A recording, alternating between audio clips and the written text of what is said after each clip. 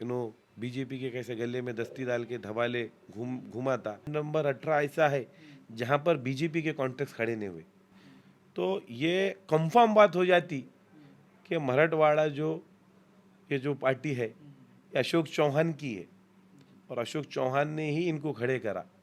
उस दौरान गफ्फार खान का अपने कई कार्यकर्ताओं के सामने, जो उनके भी खास है मेरे भी आज खास है, उन्होंने क्लियर कट बोले थे कि आने वाले जब भी इलेक्शन होगा इंशाल्लाह मैं इसका सपोर्ट करूंगा, मैं इलेक्शन नहीं लड़ूंगा। लेकिन इंशाल्लाह 16 तारीख के दिन जनता इनका डिपॉजिट जब्त नहीं करेंगी तो बोल देना इंशाल्लाह। लोगों को मालूम होगा कि अशोक चौहान की फंडिंग है ये पूरे पैनल के साथ। 120 करोड़ रुपए अपने नाले के लिए प्रपोजल दिए वाला है कलेक्टर को। कांग्रेस में से निकल के जो एमआईएम में गए, इनके करियर भी अशोक चौहान नहीं बनाए वाले। स्वागत है आपका 10 आउट टाइम से। मैं हूं जैद अहमद। अभी हमारे साथ इस पॉडकास्ट में मोहसिन खान मौजूद है। मोहसिन खान एक पॉलिटिकल लीडर है जो अभी प्रभाग नंबर 18 से इलेक्शन कंटेस्ट कर रहे हैं कांग्रेस पार्टी से। तो सबसे पहले मोहसिन भी आपने आपका कीमती वक्त दिया, उसके लिए बहुत बहुत शुक्रिया। तो मोहसिन भी सबसे पहले सवाल शुरुआत करने से पहले हम जानेंगे कि आपके पॉलिटिकल करियर के बारे में थोड़ा हमें बताइए कि आपने पॉलिटिक्स में कब कदम रखा और पॉलिटिकल करियर आपका कैसा रहा, ये बताइए। अल्हम्दुलिल्लाह मैं पिछले कई साल से खिदमत कर रहा हूँ लोगों की। 2012 में इलेक्शन कास्ट करा था मैंने, जिसमें लेडीज सीट लड़ाया था। 2012 में डबल का वार्ड था, यानी कि 2 कैंडिडेट थे, एक लेडीज़ और एक जेंट्स। किसी कारण मेरे को राष्ट्रवादी का टिकट नहीं मिला। उस दौरान राष्ट्रवादी में हमारे घर के कैंडिडेट पिछले 20 साल से कंटिन्यू कॉरपोरेटर रह चुके थे, उसके बावजूद भी मेरे को टिकट नहीं मिला। हमारे अपने जो महिला है मिलगेट से लेके वज़ीराबाद तक वार्ड था, तो महल्ले वालों ने, मिलगेट वालों ने हमारे बोले कि तू इलेक्शन लड़। बहुत कोशिश करा था मैं टिकट मेरे को मिलना, मेरे को दिलाना, क्योंकि इतने दिनों से हमारे खुद ख़ानदान के लोग कॉन्टेस्ट करके 20 साल से आ रहे थे। मगर मेरे को ऐसा लगता है कि ये टिकट दिलाना नहीं था, तो मैंने आज़ाद से लड़ लिया था, इंडिपेंडेंट लेडीज़ से, जिसमें तुलजेश यादव जेंट्स से थे कांग्रेस के, और शर्मा परिवार है हमारे पास मिलगेट पर, तो उनके घर से लेडीज़ खड़े रहे थे। मेरे ख्याल से पुष्पा शर्मा नाम है शायद उनका। तो वो लेडीज़ सीट के खिलाफ में मैंने इंडिपेंडेंट लेडीज़ का फॉर्म भर दिया था। 1750 मिले थे उनको डबल के वार्ड में, और मैं अकेला लड़ रहा था। 300 वोट से हारा था मैं। तो कहीं ना कहीं मेरे को ऐसा लगता है कि पॉलिटिकली ऐसी सोच थी जो हमारे घर में 20 साल से नगर सेवक है उनकी, कि सियासत में मेरे अलावा कोई आना नहीं। क्योंकि जहाँ तक 25-25 साल से नगर सेवक है और वो खुद अपने घर के एक बंदे को टिकट नहीं दिला सकता, तो फिर लोगों की और मेरी सोच तो यही जाएंगी। बहुत अच्छा लड़ा था इलेक्शन में अल्हम्दुलिल्लाह। बंदा था लगा 2 के वार्ड में मैं अकेला लड़ रहा हूँ, तो वहाँ पर सिर्फ मेरी 300 वोट से सीट गई। तो अगर मेरे को राष्ट्रवादी का टिकट मिलता था तो मैं लगभग निकल ही जाता था। मगर एक खुशी की बात उसमें ये हुई, जो राष्ट्रवादी का कैंडिडेट था उसका डिपॉजिट जब्त हो गया था। तो वहाँ से शुरुआत हुई एक्टिविटी पॉलिटिकली। फिर चलते चलते लोगों की खिदमत, इलेक्शन कार्ड, राशन कार्ड, आधार कार्ड, अपने ये फंक्शन हॉल पे इलेक्शन कार्ड, आधार कार्ड के रात के 12-12 बजे तक मैं लोगों के लिए आधार कार्ड बनाने के लिए यहाँ पर पूरा सिस्टम लगाया था। फिर लोगों के लिए हमेशा पानी आ जाता है। यहाँ पर बैक वाटर का बहुत प्रॉब्लम है, ये एरिया में फ्लड जोन एरिया है। तो ये अपना जो फंक्शन हॉल है, तो उसमें अल्हम्दुलिल्लाह फंक्शन हॉल के इसमें लोगों को खाना वगैरह खिलाना, जो भी खिदमत करना उनकी, तो पिछले 10-15 साल से अल्हम्दुलिल्लाह मैं हूँ इसके अंदर। 2012 से एक्टिव पॉलिटिक्स में आ गया था मैं। मोहसिन, ये तो आपने बताया आपके बारे में, लेकिन अब हम आपका थोड़ा पास देखेंगे तो आप सबसे पहले एमआईएम में थे, काफ़ी एक्टिव थे, आपको शहर का शायद कुछ पद भी दिया गया था, लेकिन फिर आप कुछ दिन पहले एमआईएम छोड़कर कांग्रेस में आए, तो इसकी क्या वजह रही? नहीं, मजलिस इत्तेहादुल मुस्लिम में अल्हम्दुलिल्लाह मैं काम करा पार्टी में, वो भी पार्टी में अपन जितने रहे ईमानदारी से रहे। सैयद मोइन साहब का भी काम मैंने, उन्होंने आमदार के लिए अचानक भी लड़े तो उनका काम मैंने करा। और ज़िला यूथ अध्यक्ष का पोस्ट था मेरा। फिर जिस तरह से ये वार्ड की जो रचना है, रचना के हिसाब से एमआईएम यहाँ काम नहीं कर सकती थी। तो जब तक वहाँ काम करे अपन ने उनके साथ पॉलिटिकली अच्छा काम करे, जितना लोगों से यहाँ की खिदमत होती, यहाँ के लोगों की, तो कुछ ना कुछ एक पोस्ट रहना पड़ेगा पॉलिटिकली। कोई भी इंसान कौन से भी पार्टी में रहा तो पोस्ट लेता, उस पर क्या है, कुछ काम रहा कलेक्टर ऑफिस, तहसील ऑफिस में, तो लोगों पे अपना एक प्रभाव पड़ता। तो वो हिसाब से कांग्रेस एमआईएम पार्टी मैंने लेके उसमें काम वगैरह करा। ऐसा मेरी एक सोच है और मैं सबको ये सलाह देना चाहता हूँ कि लोगों के काम करना है तो कोई पार्टी जोड़ के उनका काम करो तुम, चाहे वो कौन सी भी पार्टी क्यों नहीं रहती, डबला बजना चाहिए काम का। तो एक अल्हम्दुलिल्लाह अपन ने वो काम करे लोगों का। अब वक्त ऐसा था, हालात ऐसे थे कि मजलिस इत्तेहादुल मुस्लिमीन जब मैं छोड़ के गया था तो अलग थी, और वक्त के साथ साथ अब तो बहुत अलग हो गई। तो अब मेरे वो कदम को मेरे को खुशी होती कि मैंने जो कदम लोग अब उठा रहे वो मैंने बहुत पहले उठा लिया। अल्हम्दुलिल्लाह, अल्लाह का शुक्र है उस पर। कांग्रेस पार्टी से मैं कुछ पहले पार्टी ज्वाइन करा मैं खासदार साहब के हाथ से हमारे अपने फंक्शन हॉल में यहीं पर। और पहली बार ऐसा हुआ कि कोई व्यक्ति अगर कोई पार्टी में जा रहा है तो पार्टी ऑफिस बुलाते हैं। और नांदेड़ में ये भी एक पहली बार हुआ कि खुद खासदार साहब अल्हम्दुलिल्लाह यहाँ पर आए। उनके साथ हमारे अब्दुल सत्तार साहब जो नांदेड़ के सिटी प्रेसिडेंट हैं, उन्होंने भी आके भव्य कार्यक्रम रहा। और मैंने एमआईएम थे, मैं कुछ महीनों से मैं पार्टी से निकला नहीं था, मैं अपनी एक्टिविटी साइलेंट कर लिया था और कांग्रेस पार्टी में शामिल होगा। जी जी। ठीक है मोहसिन जी, आपने आपकी पार्टी का भी रीज़न बताया। अब थोड़ा सा हम आपके वार्ड के ऊपर बात करते हैं, क्योंकि आने वाले 2 या 3 दिन में भी इंशाल्लाह इलेक्शन होने वाले हैं। तो सबसे पहले ये बताइए कि अभी आपके वार्ड में कांग्रेस पार्टी की, आपकी खुद के पैनल की, किस तरह से माहौल चल रहा है, ये बताइए थोड़ा। अल्हम्दुलिल्लाह बहुत अच्छा माहौल है। काफ़ी फ़ोन पे बधाई आ रहे मेरे को माहौल देख के, लोगों के बाहर के। और जहाँ तक मेरी पॉलिटिकली सोच है, इंशाल्लाह पब्लिक और जनता अपनी साथ है, सभी धर्म के, दलित, मुस्लिम, हिंदू। और इंशाल्लाह कांग्रेस पार्टी के चार उम्मीदवार वार्ड नंबर 18 से कामयाब होंगे इंशाल्लाह। अभी तो आप बताएं कि आपकी हवा अच्छी है, लेकिन हम देखेंगे आपकी जो अपोजिशन में है, वो खुद आपके खुद चचा है, जो पहले भी कई साल यहाँ के नगर सेवक रह चुके हैं, बड़ी पार्टी से रहे, लेकिन अभी इस बार वो अपक्ष उम्मीदवार हैं।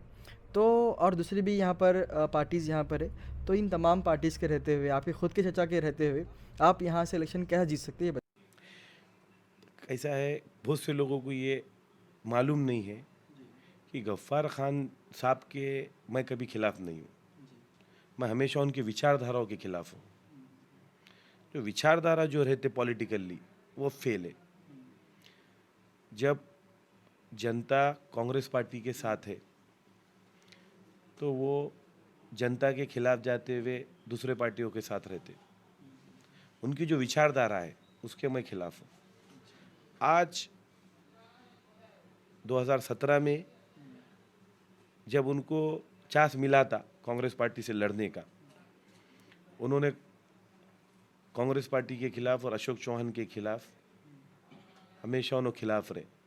नांदेड़ में ऐसे गिने चुने लोग थे जो पॉलिटिकली अशोक चौहान के खिलाफ थे, मगर 2017 में उनको कांग्रेस के एक नगर सेवक जो आज मेरे साथ लेडीज से इलेक्शन लड़ रहे फ़हीम भाई, तो उन्होंने नांदेड़ की सम्मेद लीड से हराए वाले 8 साल गैप होने के बाद उनकी पूरी एक्टिविटी जो है वो ज़ीरो थी वार्ड में। ना ही किसी के अच्छे में आना, ना ही किसी के बुरे में आना। यहाँ पर 8 साल में 3 से 4 मरतबा फ्लड जोन हुआ, उनकी ज़ीरो एक्टिविटी है। उनकी खुद एक्टिविटी इतनी ज़ीरो है कि उन्होंने ना यहाँ अंदर कई वार्ड में आके किसी को बात करे, ना उसका पुरसा हाल पूछे पिछले 8 साल के करियर में। और दूसरी एक बात ऐसी है कि वो 8 साल जो गैप था उसके अंदर मैं MIM से एक्टिव था, पॉलिटिकल MIM से मैं एक्टिव था। लोगों के अच्छे बुरे में, रोड के काम नहीं हो रहे तो न्यूज़ों में, दवाखाना, थाना, तो MIM के ज़रिए से मैं अपना वो काम करते रहा। उसके बाद जब वक्त आया आज इलेक्शन का, तो उन्होंने अशोक राव चौहान के पैनल से इलेक्शन लड़ रहे, अपक्ष अशोक चौहान। जैसा कि धर्माबाद में पिछले दिनों जो इलेक्शन हुआ था, कुलकर्णी जो है उन्होंने वो पार्टी की शुरुआत करे।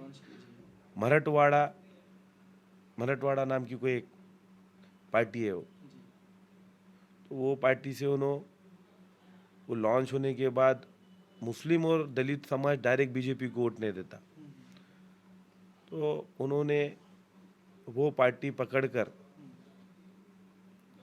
अशोक राव चौहान से कांटेक्ट कर शिवाजी शंकरराव चौहान मेमोरियल में वहाँ पर मुलाकात करके उससे बातचीत करके उन्होंने और उनका पैनल धबाले के साथ वहाँ बातचीत करके मुलाकात करके ये पैनल जो बीजेपी का पैनल है, आज़ाद का तो है ही नहीं हो, क्योंकि जो धर्माबाद के जो नगर सेवक जीत के आए थे मुस्लिम वार्ड दलित वार्डों से, वो सीधा 4 जनों और अध्यक्ष 8 जनों ऐसे कुछ थे वो नगर सेवक वहाँ के धर्माबाद के, अभी जो पिछले इलेक्शन हुआ तो उसमें उन्होंने सीधा फर्नांडिस को जाके अशोक चौहान ने मिलाया कि इनको भी मैंने लेके आया आज़ाद से, तो वो क्लियर कट वो बीजेपी की है। उसके कई सबूत भी है मेरे पास, पूरे डॉक्यूमेंट्स भी है। हम हर भाषण में वो जहाँ पर भी हमारी स्पीच हुई लोगों को बताए। तो ताज्जुब की बात ये है इन और ये पूरे बातों का कि भाई तुम्हारे को इतने सालों से अशोक चौहान से एनर्जी थी, जब आपको कांग्रेस में लड़ना था आपने लड़ा नहीं। और बहुत से लोगों की ऐसी सोच है कि मैं गफ्फार खान जो हमारे चाचा उनके खिलाफ हूँ, ये गलत सोच है, क्योंकि गफ्फार खान साहब पिछले 8 साल हो गए यहाँ से हार के, उन्होंने है ही नहीं। मुझे कांग्रेस का टिकट मिला, इनो इंडिपेंडेंट मेरे खिलाफ लड़ रहे, इनो मेरे खिलाफ है, मैं इनके खिलाफ नहीं हूँ। 2017 में मैं इलेक्शन कॉन्टेस्ट करने के लिए रेडी था, फुल एक्टिव था, क्योंकि मेरे को कांग्रेस का टिकट मिलना बोल के अमर राजूरकर का ऐसा बोलना था। अमर राजूरकर साहब से मेरी एक मुलाकात हुई थी हमारे दोस्त के घर पे, लेकिन निजी कारण के वजह से हमारी मुलाकात हुई थी बिजनेस के सिलसिले से। तो उन्होंने मुझे बोले थे कि तुम तैयारी करो बोल के, खान साहब। बोला साहब मैं तैयारी तो कर लूँगा, मगर मुझे आप टिकट देंगे कि नहीं, साहब को पूछ लो। नहीं मैं टिकट पक्का तुमको दूंगा बोले, आप बोले तैयारी करो। तो मैं वो ज़ोरों से तैयारी करा था, मगर ऐन वक्त में ये जो धबाले है इसने मेरे ज़्यादातर प्रेशर राइज लेके आके मेरा टिकट काट दिया था अशोक चौहान को बोल के। तो उस दौरान में मैंने लास्ट मोमेंट पे गफ्फार खान साहब का काम करा था। खान साहब एक बहुत बड़े पैमाने पे मैंने जितने मेरे कार्यकर्ता है 2017 में इनको सपोर्ट कर लिया था। उस दौरान गफ्फार खान का अपने कई कार्यकर्ताओं के सामने, जो उनके भी खास है मेरे भी आज खास है, उन्होंने क्लियर कट बोले थे कि आने वाले जब भी इलेक्शन होगा इंशाल्लाह मैं इसका सपोर्ट करूंगा, मैं इलेक्शन नहीं लड़ूंगा। सब मोहसिन आपका सपोर्ट कर यस वादा कर रहे थे उन्होंने। खैर वो वादा, सियासत में वादों का कोई मूल नहीं होता, लेकिन जब उन्होंने हार गए, 8 साल कोई एक्टिविटी नहीं, उनको मालूम है मैं एक्टिव हो गए वाला हूँ। कई लोग निजी लोग भी जाके उनको बोले कि भाई आप लड़ो मत आज़ाद से, आप नहीं आ सकते, क्योंकि जब आप चालू कॉरपोरेटर थे, कॉरपोरेशन में रह के आपकी कंटिन्यू की सीट थी। जब आप 5,000 की लीड से हारे, नांदेड़ की सब में बड़ी लीड थी वो, जब उन्होंने हारे इलेक्शन, उसके बाद आप 8 साल पब्लिक के बीच में नहीं रहे। और मोहसिन जो है वो पिछले कई सालों से लोगों के वर्क में है, काम में है, तो आप उसको सपोर्ट कर दो। वो जिद करके उन्होंने, जो शख्स कभी अशोक चौहान के बारे में, उसके चौकट के बारे में, अशोक चौहान कांग्रेस पार्टी को हमेशा उन्होंने गालियाँ देते रहे, अशोक चौहान के चौकट पे जो नगर सेवक उनको मिलते थे उस दौरान कांग्रेस के, हम साथ में रहते थे तो हमारे सामने कई बार अशोक चौहान के चौकटों चाटने वाले हैं। पर आज इतना बड़ा डिसीजन अशोक चौहान की बीजेपी का जो पैनल है ये क्लियर कट, तो उसके बावजूद उन्होंने कि ने ये डिसीजन लिए और आज़ाद से जिद से इलेक्शन लड़ रहे, ये ताज्जुब वाली बात है। तकलीफ होती है चीज़ देखे कि क्या क्या ये कितनी सियासत खराब है। और दूसरी बात, यहाँ से देखो, हिंदुस्तान की सब में बड़ी पार्टी है बीजेपी, ये बात मानने है सभी को कि आज देश की सब में बड़ी पार्टी बीजेपी अपने आप को कहती है कि हम सब में बड़ी पार्टी है और हम किधर से भी पूरे सीट देके इलेक्शन लड़ा सकते। तो नांदेड़ एक ऐसा है, नांदेड़ के अंदर वार्ड नंबर 18 ऐसा है जहाँ पर बीजेपी के कॉन्टेक्ट खड़े नहीं हुए, इस वार्ड में एक भी बीजेपी का नहीं है। शिवसेना से एक लेडीज़ है और राष्ट्रवादी का भी 4 का पैनल है। तो ये कंफर्म बात हो जाती कि मराठवाड़ा ये जो पार्टी है ये अशोक चौहान की है और अशोक चौहान ने ही इनको खड़े करा। और ये लोगों में ये बात लोग भी समझ चुके आले कि ये कांग्रेस पार्टी के खिलाफ में अशोक चौहान ने यहाँ से मुस्लिम और दलित वोट बीजेपी को नहीं मिल सकते, तो ये मराठवाड़ा पार्टी जो है ये उन्होंने मराठवाड़ा पार्टी से वहाँ पर जो धर्माबाद में बेवकूफ़ बना के दलित और मुस्लिम समाज के लोगों को जो लेके आके बाद में बीजेपी में प्रवेश करे, वैसे ही ये लोग अभी जीत, अगर पब्लिक तो जीरो एक्सेप्ट ही नहीं है इनको, मगर ऐसा होता है तो सब बीजेपी में जाने वाले, कहीं ना कहीं बीजेपी से एक्टिविटी और इनको फंड्स भी मिल रहे अशोक चौहान के जरिए, डायरेक्ट अशोक चौहान से फंड्स भी मिल रहे हैं इनको। एक्चुअली क्या है मालूम क्या, जो अशोक चौहान का जो करियर है कांग्रेस में, उनके मतलब उनके बाप दादाओं से वो कांग्रेस पार्टी में रहे 50 साल 60 साल, उनकी पूरी ज़िंदगी कांग्रेस पार्टी में चलेगी। उसके बाद उन्होंने इनके जो लोग एमआईएम में से, जो कांग्रेस में से निकल के जो एमआईएम में गए, इनके करियर भी अशोक चौहान नहीं बनाए वाले। तो ये कहीं ना कहीं अशोक चौहान से उनकी साठगांठ हमेशा रही थी, साहब से फ़ोन आता था, साहब से बात होती, कहीं ना कहीं हमारे बारे में सामने भी कहीं बात होती थी।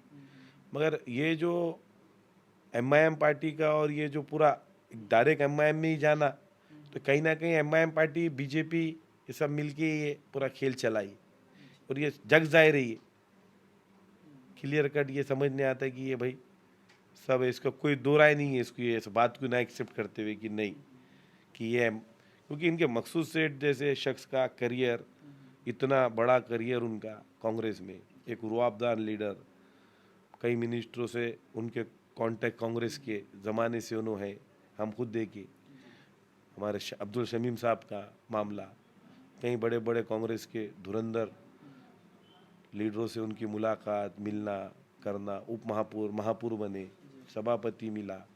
उसके बाद एक साहब कांग्रेस को फंड आ रहा, अब कुछ एक हमारे एक लीडर है जो उन्होंने बोले थे भाई हमारे इसमें फ़ंड नहीं है, उधर एमआईएम में फ़ंड की वजह से हम एमआईएम में आए, क्लियर कट ऐसा बोलना, तो लोगों को भी समझ नहीं आ रहा। तो एमआईएम में क्या फ़ंड है, क्या एमआईएम पार्टी में, हम भी रहे एमआईएम पार्टी में फ़ंड वगैरह थोड़ी रहता।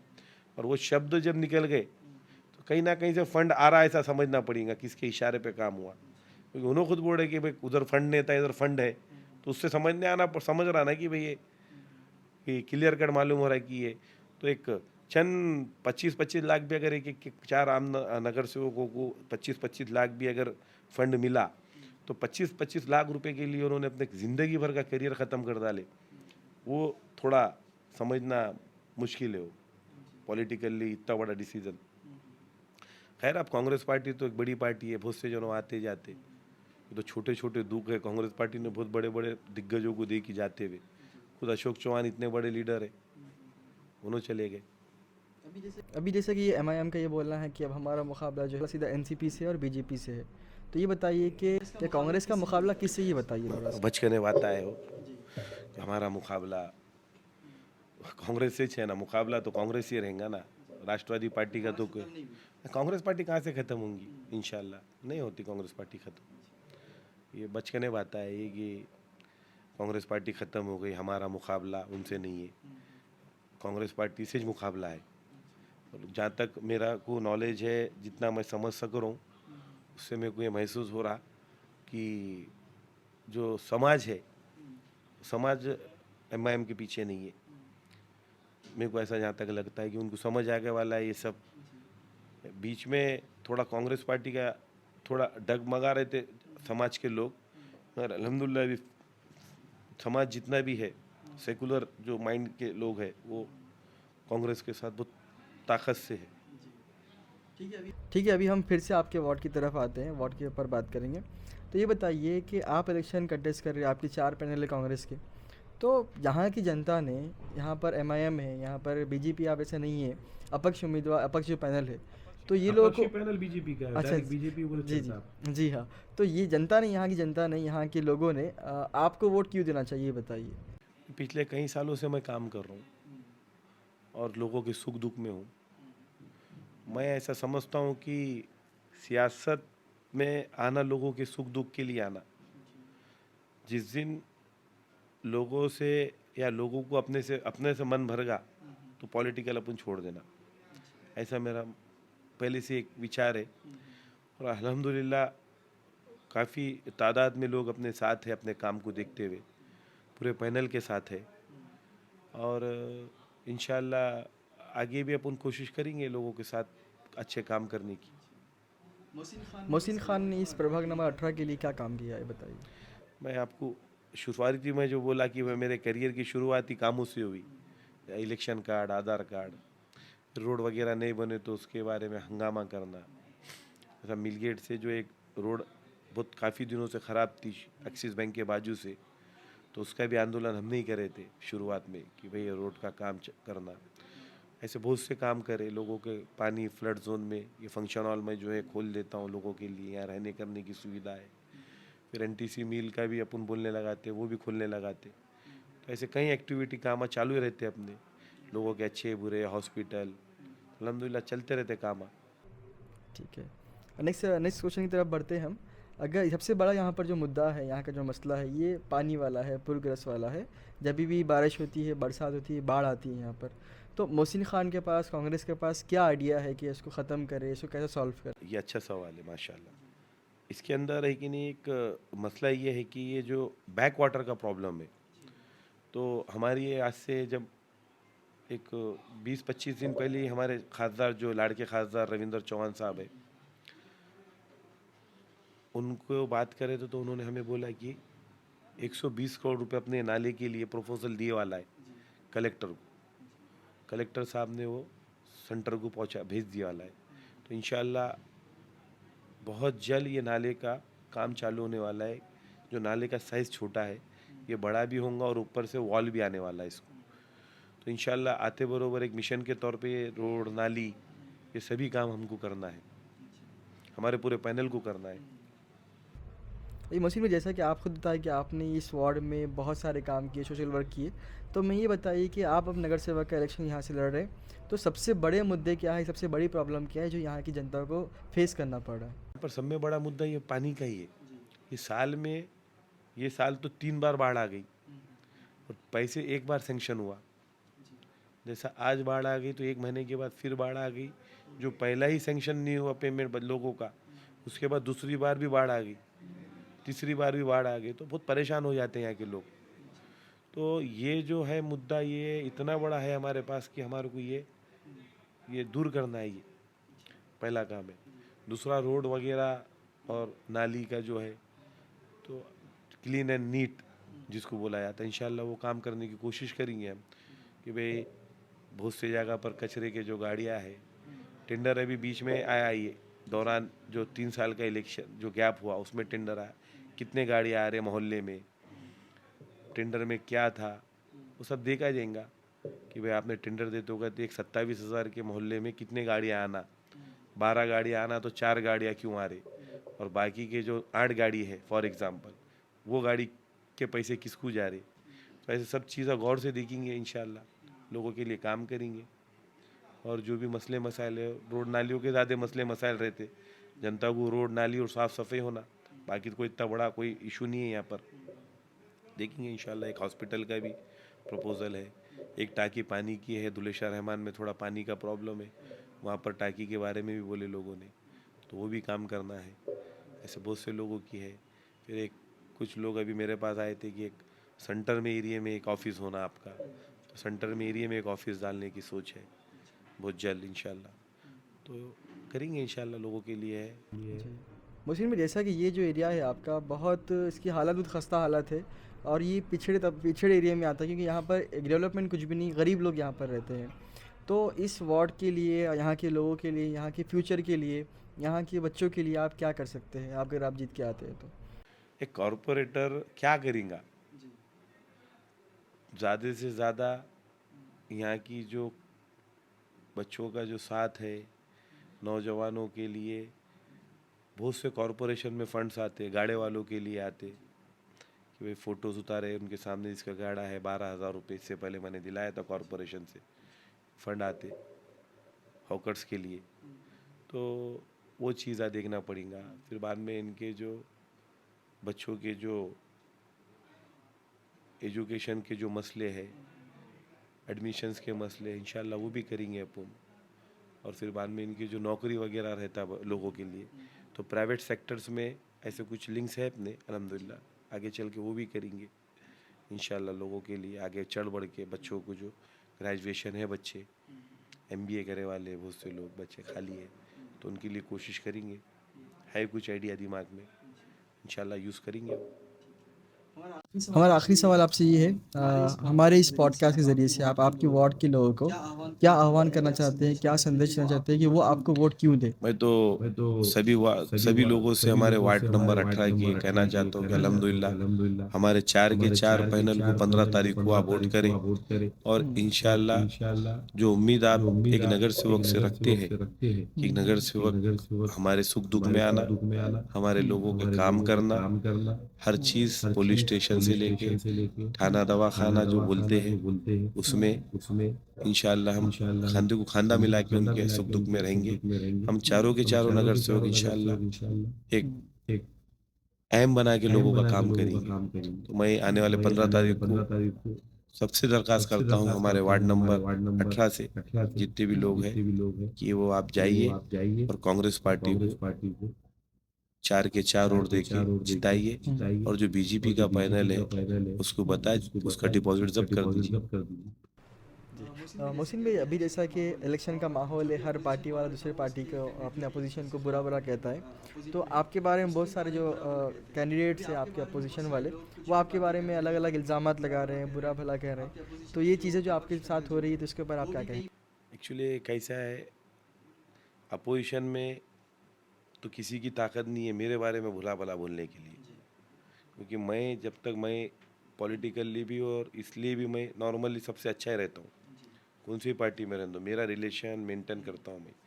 और अपोजिशन में जो आप बोल रहे कि बार बार बोले जा रहा, वो मेरे खुद के घर के जो खड़े वाले उन्होंने बोल रहे कि अशोक चौहान की जो फंडिंग वगैरह है, ये सभी लोगों को मालूम होगा कि अशोक चौहान की फंडिंग है ये पूरे पैनल के साथ, तो मालूम भी होगा, जग जाहिर है। वो बौखला गए वाले हैं कि ये अपना जो बीजेपी का पैनल है एक्सपोज होगा, उसमें बौखलाहट में उन्होंने कि पर्सनल अटैक कर रहे। पर जहाँ तक मेरे खुद की स्टडी है और मेरे वालिद ने जो तालीम दिया लिए, उसके हिसाब से मैं उस बारे में तो उतना निचले हद तक तो मैं जा नहीं सकता हूँ, लेकिन इंशाअल्लाह 16 तारीख के दिन जनता इनका डिपॉजिट जब्त नहीं करेंगी तो बोल देना इंशाअल्लाह। मुझे अल्लाह पे और जनता पे यकीन है। अच्छा मोहसिन, जैसे कि आप बता रहे हैं, बार बार ये कह रहे हैं कि ये लोग बीजेपी की साथ में है, बीजेपी की है पार्टी है, तो यहाँ की जनता ने, यहाँ इस प्रभाग के लोगों ने कैसे समझना चाहिए, और इस प्रभाग के लोगों ने समझदारी से या फिर कैसे अपने वोटिंग को किसे वोट देना चाहिए और कैसे वोटिंग करना चाहिए? अल्हम्दुलिल्लाह हमने एक्सपोज करे ना उनको, हमारे ये पिछले 15 दिन के जो कैंपेनिंग थी इलेक्शन की, हमने इनको एक्सपोज करे, हमने पूरा इनका बायोडाटा बताए, इनके फोटोज़ बताए, बीजेपी के कैसे गले में दस्ती डाल के धवाले घुमा था। फिर बाद में जो मैंने इनको कई बार बोला कि शिवाजी नगर अशोक चौहान के पास नहीं गए तो मैं वीडियो बताता हूँ, वो तक जवाब नहीं दे सके। उसके बाद उन्होंने मेरे ये जवाबों के जवाबों में कि पर्सनल अटैक चालू कर दिए थे कि पर्सनल कुछ भी बात था, मैंने ऐसा करा इनके लिए मैंने, तो वो पर्सनल अटैकों में बौखला गए वाले थे उन्हें एकदम। एक्सपोज है ये, मालूम है लोगों को, जनता को बीजेपी की है, क्योंकि अशोक चौहान ने यहाँ पर बीजेपी का पैनल ही खड़े नहीं करा, ये बीजेपी के। इंशाल्लाह मैं आपको बोल रहा हूँ ना कि इनका 16 दिन हमारा जश्न रहेगा, रिजल्ट देख लेंगे लोग। 15 के दिन इनको घर पे बिठाने का जो कंटिन्यू काम चालू रहेगा कि इनको घर पे ही बिठाना है, और इंशाल्लाह इनका डिपॉजिट जब्त नहीं हुआ तो बोल देना इंशाल्लाह। बहुत बहुत शुक्रिया। ये थे हमारे साथ मोहसिन खान, जो प्रभाग नंबर 18 से कांग्रेस के उम्मीदवार है और अभी इलेक्शन कंटेस्ट कर रहे हैं। मोहसिन खान ने हमें बताया कि अगर वो इस बार इलेक्शन जीतते हैं तो इस वार्ड का जो सबसे बड़ा मसला है पानी वाला, बाढ़ वाला, तो वो अभी बताया कि इनके खासदार जो है, कांग्रेस के खासदार है, उन्होंने यहाँ का बजट के लिए गवर्नमेंट को दे दिया है और वो बजट यहाँ से पास करके यहाँ पर इस नाले के लिए वो काम करेंगे। तो यहाँ के लोग जो सबसे बड़े मसाइल है उन तमाम मसाइलों पे इन्होंने काम करेंगे, ये चुन कर आते हैं। और ये बताया कि जो अपक्ष उम्मीदवार है वो किसके इशारों पे नाच रहा है, वो उसको कौन लीड कर रहा है। बहुत बहुत शुक्रिया मोहसिन भाई, आपने आपका कीमती वक्त दिया हमें। मिलते हैं एक नए पॉडकास्ट के साथ।